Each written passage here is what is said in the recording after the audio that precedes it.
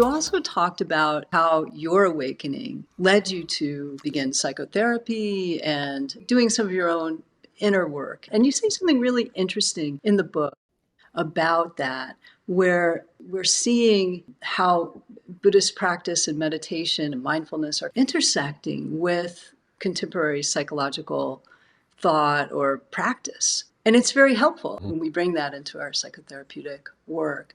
But you also say something that's really important. Psychology doesn't always get that awakening leaves the psyche behind. Well said. I might regret that statement. No. Well, let me just add. So it's like we're walking along the same path together, hand in hand. But then there's a point where maybe, the spiritual path continues on. I think it's probably we always need both. We should never leave the psychology behind. But I think what I was trying to say there, I think probably I believe is valid is that there's ways that, and we see a lot of it today of how the mindfulness path, meditation path can greatly assist with psychotherapy and vice versa. Because the stuff that might come up when you're sitting still every day for a bit, you might need help processing it, and because it will surface things that it's probably better not to just ignore and think they'll go away or think you can meditate your way through them. Maybe, but it's probably smarter to get some psychotherapeutic perspective on them as well and processing.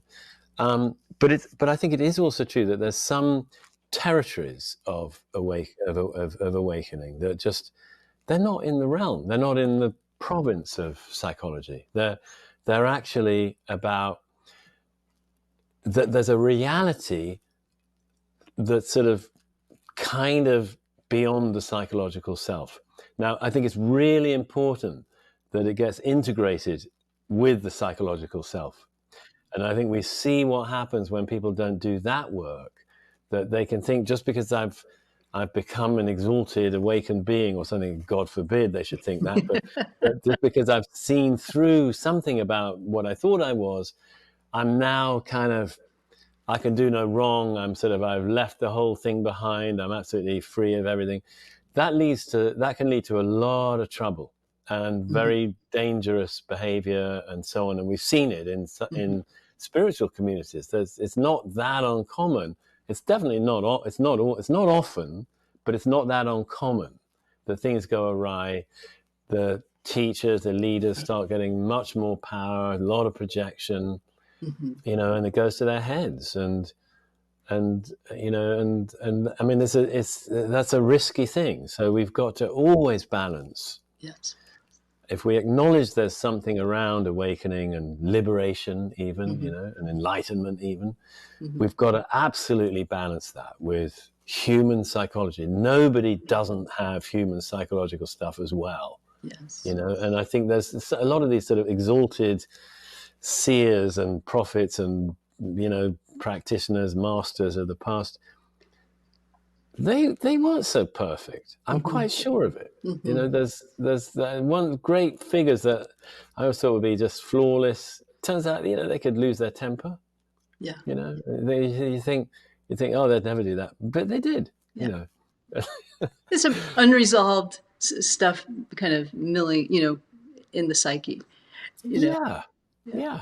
Well, I appreciate that, your perspective on that, and I think because I don't think you're dismissing it. I think you're exactly as you just described. The work of knowing ourselves and trying to understand the places where we've had misunderstandings or experienced trauma that we maybe didn't even understand was trauma, and healing those places and integrating those places.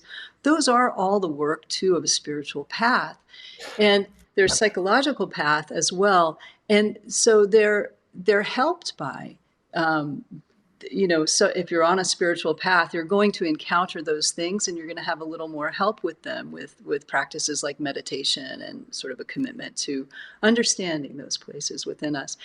And I think it's also fair to say that the spirit, someone who's really dedicated to a spiritual path, they're going to go on maybe they're not only going to have that met by psychotherapy, but that's not the Yeah. job of psychotherapy, and that's okay. But the more that Yes. psychotherapy is aware of it and brings it in and has a holding of the spiritual experience, it's the best. It's helpful. It's the best of both worlds. So I didn't feel like you were dismissing it at all. I think it was a really astute point. I'm glad to hear Yeah. it. Thank you. That you expressed it perfectly. That's what I meant.